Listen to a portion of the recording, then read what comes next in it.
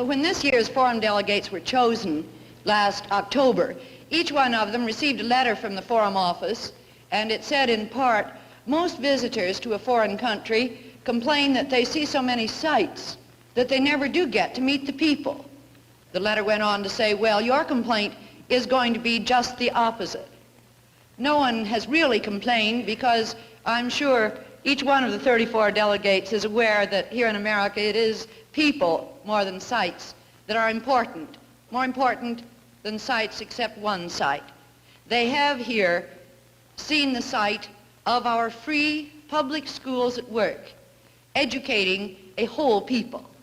Each of the students has had 4 two-week periods, 4 intensive two-week periods in 4 different American host schools and communities, taking part in schoolwork along with their American student host.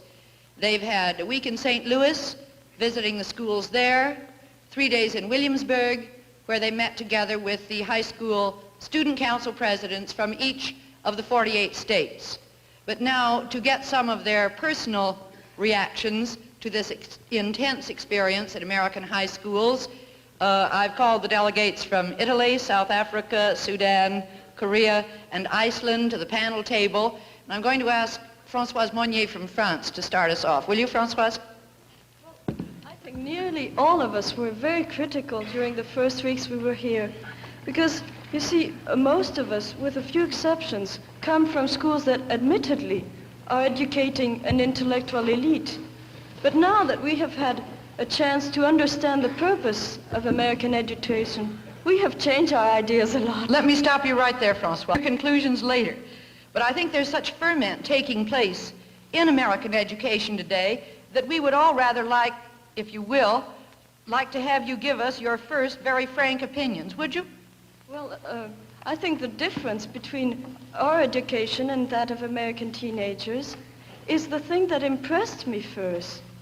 Well, I saw here that your schools are for everybody without any intellectual limit, and that the stress is on the social life, because half of your students are not able to go on with the academic. And I think that it shocked me because our schools, for example, the French lycée, are attended only by 50% of the teenagers, which are selected by a very hard competition all the time. In fact, the whole basis of our system is competition. And those who can't compete go to vocational schools until they are 14. And so that's why it surprised me very much, because the subjects you choose in high school are not purely academical. And, well, I thought that your schools put too much stress on the social life. Did you also say they encouraged intellectual laziness, or have you changed your mind on that? Well, of course, because you have so much choice in your subjects, you choose the easiest. And to me, this encourages intellectual laziness. Also, the teacher doesn't require very much from you. And what would be the use of working hard if the teacher doesn't require it? Oh, we'll come back to you in a minute, Françoise. Yes, Sang-mi from Korea. In Korea, we not only study much, much harder than you, but also much more in quantity. We go to school 6 days a week, including Saturdays, and we have 6 or 7 classes a day. And we study about 18 subjects a year. Did you say 18? Yes, 18, not 8. 18. 18 subjects a year, including 3 languages, calculus, and trigonometry. Oh, all right, Anne from Norway. Yeah, I wondered about something, Mrs. Waller.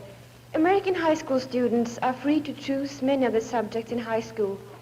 But the purpose of freedom is to let every individual develop to his full capacity. And I think the freedom of choice prevents this. It may sound like a paradox, I know that, but I think that the freedom of choice narrows your outlook, prevents your full development. You see, to most of us, all of our subjects in high school are compulsory. And I know it has done me personally good to take some subjects that didn't interest me at all at first. Well, for example, Anne, you're going to be a linguist, I believe. What subjects have you had to take that didn't interest you? 4 years of maths, 2 years of physics, 1 year of chemistry and physiology, 2 years botany and zoology, biology, physiology. Those are things that doesn't have anything to do with languages. But it has done me good. And I think I can say that we are forced to think because of this.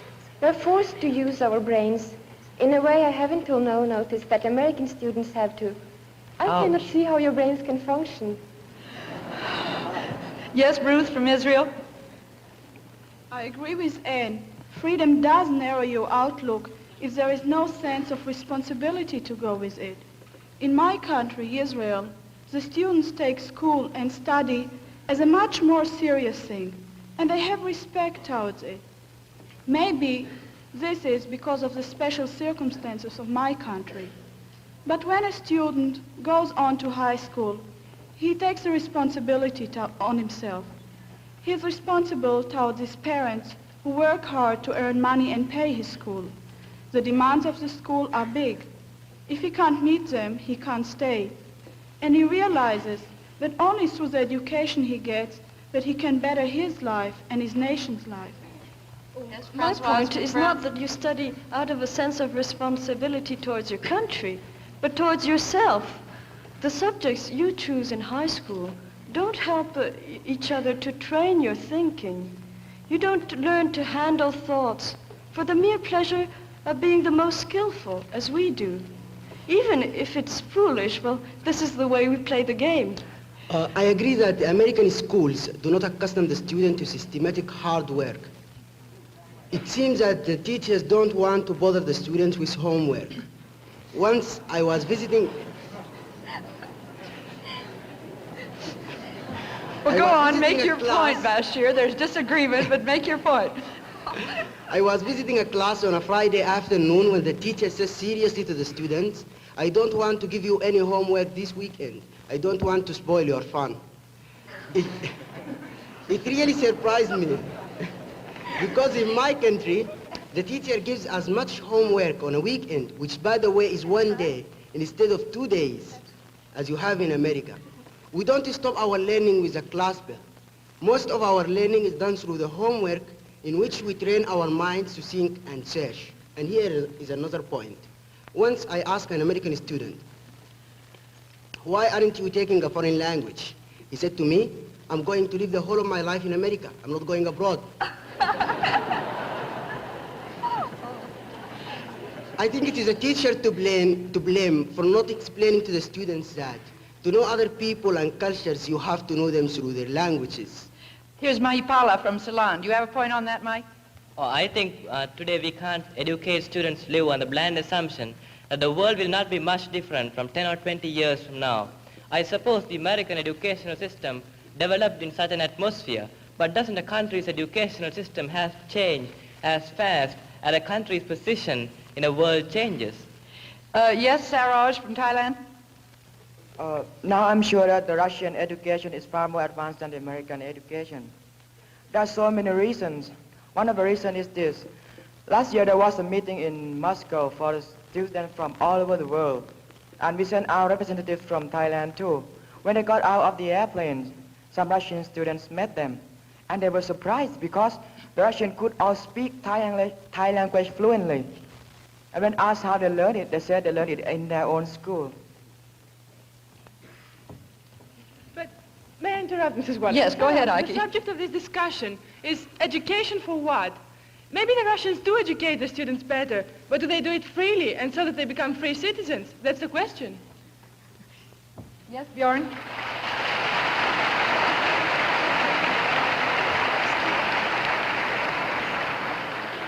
I think it was Oscar Wilde who once said, the old Icelanders were very wise people. They saw America 500 years before Columbus, but they didn't tell anybody.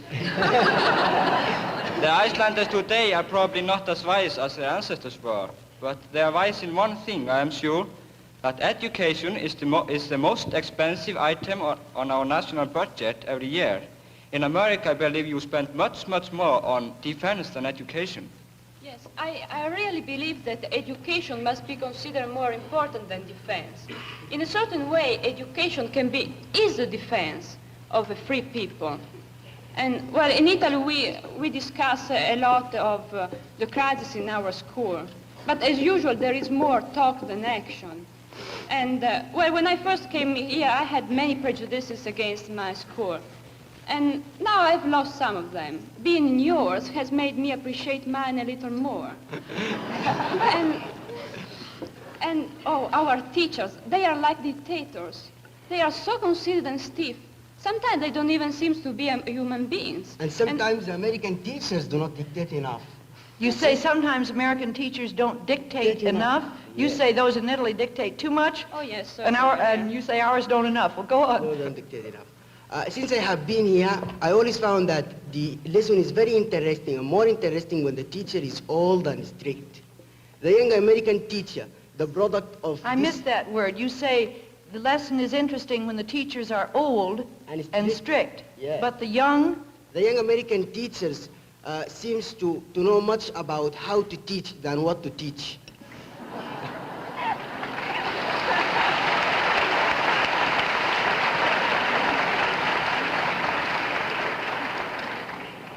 And here comes the Sputnik. It gives a very convenient excuse to the students to blame their schools. I also think there is too much emphasis on sports in your high schools. The basketball players and wrestlers are the school's idols, while the scholastic achievements don't get the attention they deserve. The one thing which the world doesn't need today is basketball. Well, remember, you said that. The one thing the world doesn't need today is basketball. What do you say to that, Rena? I disagree with what you said at first. There is not too much emphasis, but the wrong kind of emphasis. On sports, you mean, in American schools? Here, sports belong to a small elite, the team. The majority of the students only go to games to watch the others play. But you don't understand at all, Rena. The Americans don't go to basketball games to watch the teams. Oh, no, they go for two other reasons. One is yelling. Oh, boy, the Americans have really... I say the Americans have really opened up my eyes to the value of yelling. For the time being, I can only think of one thing I like better than cheering, and that is cheerleaders. Wow, wow.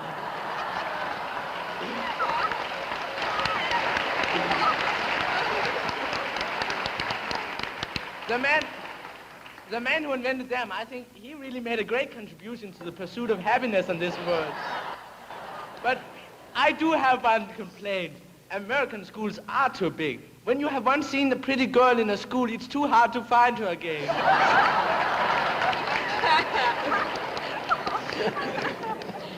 Now, may I go on, please? What I wanted to say is that when we have sports at school, it means that about 300 students will take part. A whole Saturday is set aside for sports, and many games of all different kinds are played. This is much more democratic, for here everybody gets a chance to be a hero on the field. Many of us felt that, far from democratic, American schools are really undemocratic. By lumping the gifted and the less gifted together, neither gets a fair chance. Oh, may I interrupt? You must remember, Rena, that a few American schools are beginning to separate students according to ability, and we must recognize it. Good, we will. Something else that we found undemocratic is the fact that you don't wear school uniforms. They will kill you. Goodbye.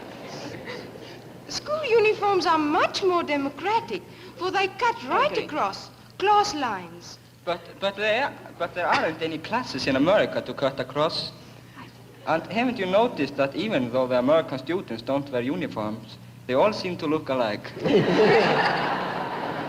And they all talk alike. Right after coming here, the first thing I noticed about the American students is that what they talk about most of the time with each other is mostly gossip, especially boy-girl relations. Wherever I go, I have been hearing the students here talk about that so many times that now I'm sick of it. I cannot stand it anymore. Well, of course we talk about our gossip too, but not constantly as you do here, and not always that same particular subject called dating. We talk more about our studies. Right, I'm sure. And we never waste our time worrying about our clothes and making up our faces. Here's Ben Kofi from Ghana. Yes, Ben? Excuse me. I've heard enough criticism about the American form of education. I have always been in favor of the American form of education, and after 3 months in this country, I'm more in favor of it than ever.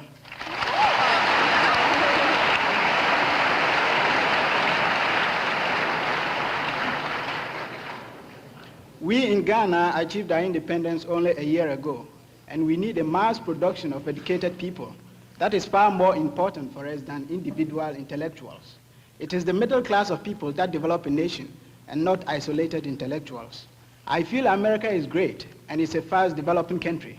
It has the highest standard of living in the world today just because of its educational system. It prepares a student to take on responsibilities after schools.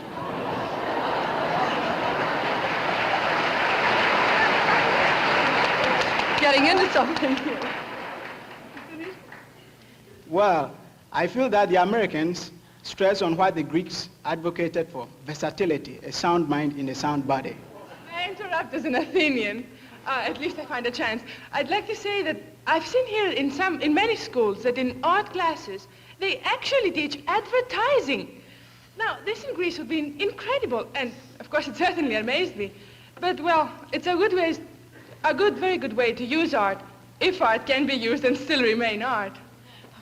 Ben, just a second. I cut Rena off a second ago. Did you want to come back to that point Anne made, Rena? Yes, I would like to come back to a point Anne made earlier.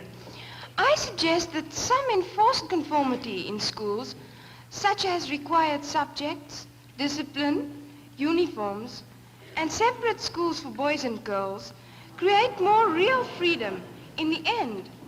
This may sound illogical, but my personal experience in American high schools was that everybody knows he's real free, and he feels he has to act in that way. And then he becomes a slave to conformity without knowing it. Okay, Ben, over to you now. Did you want to answer? Tell us more about why you prefer the American system than your system in Ghana. Well, may I go on? My form of education develops a bookworm, a stupid, lopsided intellectual who cannot fix a flap tie. It was imposed by the British people who needed people to work in the offices and to train civil servants, and I feel it is out of date. It taught me more about Australia, Canada, America than I know about my neighboring African states. But to work towards the United States of Africa, I feel I must know more about them. Yes, Na from Vietnam. I would like to tell you something, Ben. At least in your country, you have only one system of education, the British colonial one. But in my country, we have two systems, the French and the Vietnamese one. And the French was much better just because a boy with a French diploma can find a job much more easier. But it means that we have to learn French as our native language and Vietnamese as a foreign language in high school when we take the French system. And it was a shame. Now that we have our own government, it is difficult to change or to unify our system of education without damaging students. But the worst thing is that some people still think that they still have a good opinion on those students who took the French system. I guess we know nothing really about educational problems until we realize that in your country you have to work out a system with two different languages. How about the Philippines, Patsy? Oh, I just have to say something to that.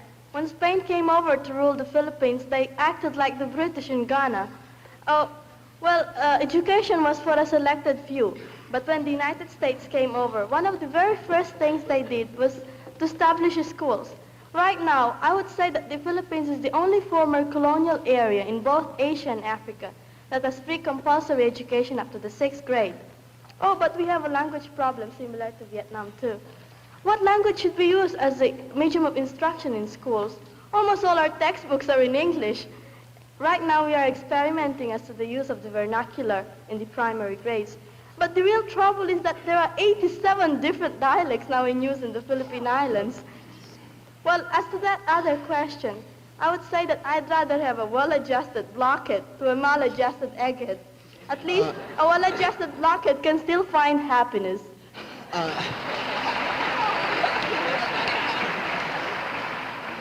I would like to ask my African neighbor a question. If you could, would you rather have the American system of education in Ghana now or the system you have here? Sure, certainly. You'd rather have the American. How about you in Sudan, Bashir? I wouldn't, not quite yet.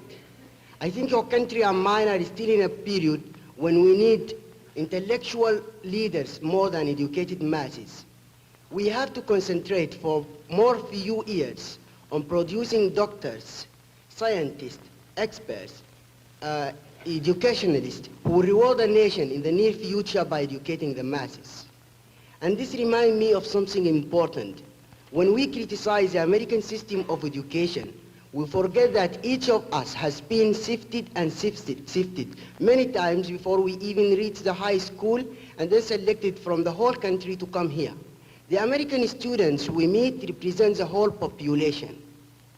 And something surprises me very much. In my country, a high school graduate is considered more or less an educated person of an educated class, while in America, a street cleaner can be a high school graduate.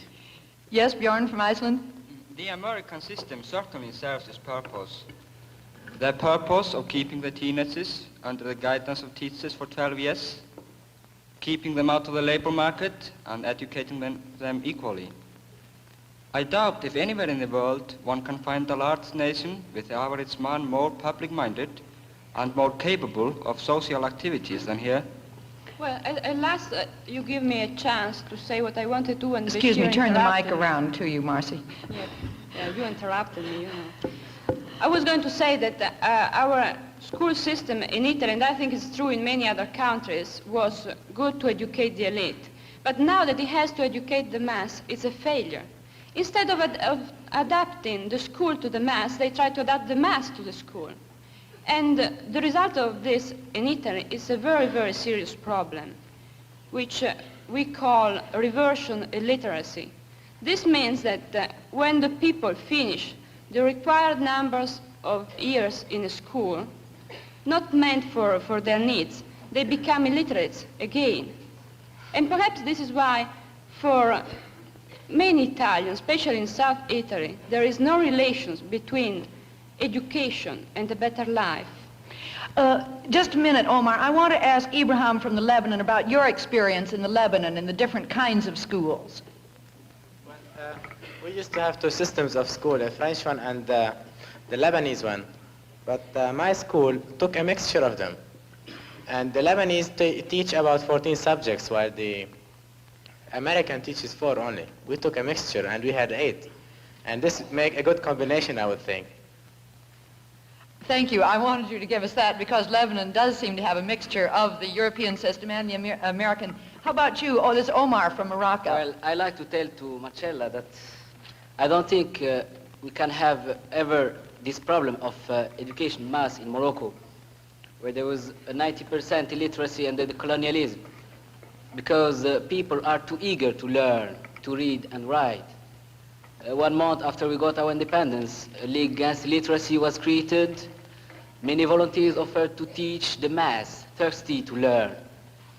Very easy books were printed, special newspaper created. Well, boys as girls take part, because the fight is the same for women as for men. Many educational projects are organized. Last summer there were about 12,000 people altogether. Those who are students teach those who have not been to school, while they taught, they work all together and built a road of 40 miles, joining the former French part to the Spanish former zone. Well, we don't have this problem of educating the mass in our country. Yes, Ike, go ahead. I have been complaining about the lack of individual thought that I've seen here. And maybe it is so, but now I come to think that the application of the idea of freedom recognizing the rights of the individual does exist more in the average American than in the average, which means uneducated Greek. And I think that maybe we should try to adopt a system that would take care of the people, of the mass, as you have done here. But I wonder if we can do that without neglecting the gifted, as I see that has happened here. And, well, I'm sure sometimes that all the world is moving towards the goal of mass education that has already been achieved in America. We've started in this direction. What would you say, Krishnan? Well, I think I would say that your system is our solution, and ours is your remedy. Indian education has become severed from its moorings, and turns out too many brilliant social misfits. Perhaps America could use a few more. Our biggest social problem is the gulf between the educated and the uneducated. You have closed this gap so well that education here seems insubstantial. Somehow it does not challenge the student enough. It's becoming less a vital, creative process than the imposition of a stereotype. Tastes must not only be fed, but also cultivated.